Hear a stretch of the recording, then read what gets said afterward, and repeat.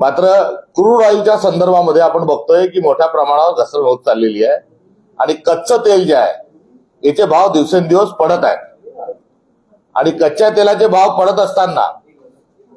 आपल्याला मात्र 110 रुपयांनी पेट्रोल आणि 95 रुपयांनी डिझेल हे खरेदी करावं लागत आहे।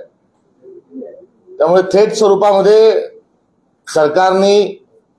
पेट्रोल हे 51 रुपये दराने आणि डिझेल हे 41 रुपये दराने हे भारतामध्ये विकावं ही आमची काँग्रेस पक्षाची मागणी आहे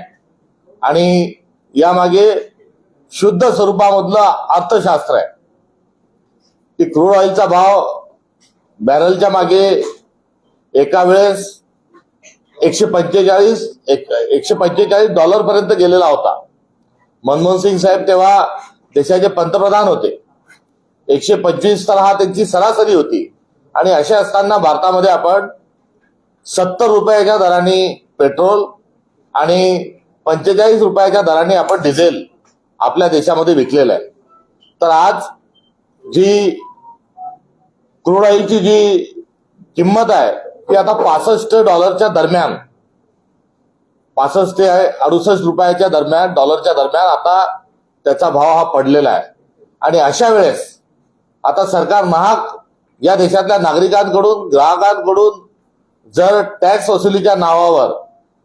जर दंड वसूल करत असेल तर या एकंदरीत त्यांच्या कराच्या पद्धतीला आपण नेमकं काय म्हणावं तर जिजिया कर मोदी सरकार हा भारतीय नागरिकांवर लावत आहे का हा आजच्या या पत्रकार परिषदेच्या निमित्ताने आमचा प्रश्न आहे। आपल्या देशात 85% पेक्षा अधिक टक्क्यांनी आपण डिझेल आणि क्रूड ऑइल आणि पेट्रोल आपण आयात करतो आणि आपला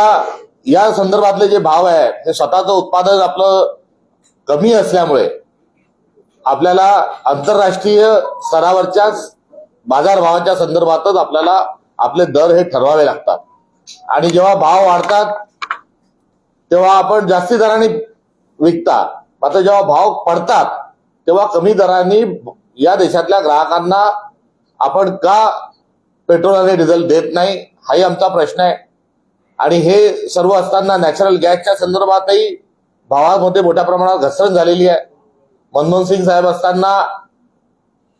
450 रुपयाचं 400 रुपयाचं गॅस सिलेंडर मिळायचं, आता ते थेट 1200 रुपये केलेलं आहे। काही ठिकाणी जजिया कर लावल्या जात आहेत। तर एकंदरीत क्रूड ऑइलचा जो